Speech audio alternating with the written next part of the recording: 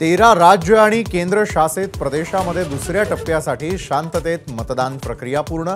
7 वाजेपर्यंत अंदाजे 60.96% मतदान। राज्यात 54.34% मतदान।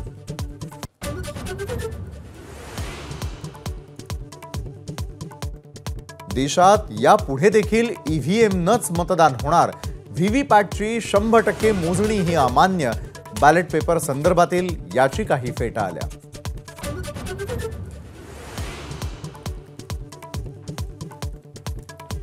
मुंबईमध्ये महाविकास आघाडीची डोकेदुखी वाढली।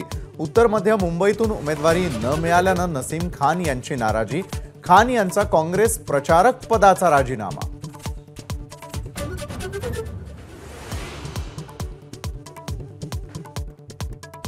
नाशिकच्या जागेवर राष्ट्रवादी काँग्रेसचा दावा कायम।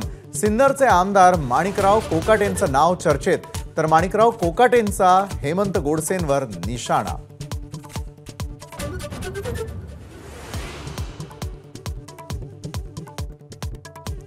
शांतिगिरी महाराजांचा नाशिक मतदारसंघातून अपक्ष अर्ज दाखल।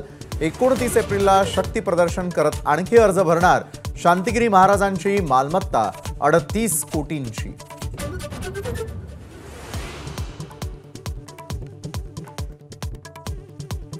पुलोदचं सरकार स्थापन केलं ते संस्कार आणि दादांनी केली ती गद्दारी। धनंजय मुंडेंचा शरद पवारांना सवाल।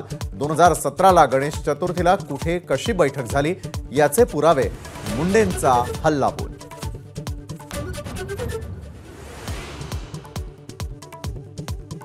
उपमुख्यमंत्री अजित पवारांना निवडणूक आयोगाकडून क्लीन चिट। निधी हवा असेल तर मत द्या या विधानाविरोधात शरद पवारांच्या राष्ट्रवादीने केली होती तक्रार।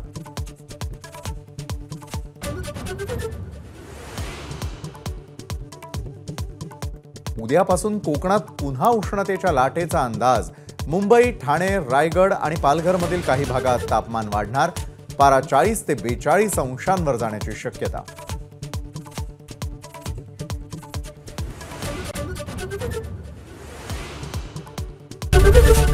एबीपी माझा, उघडा डोळे बघा नीट।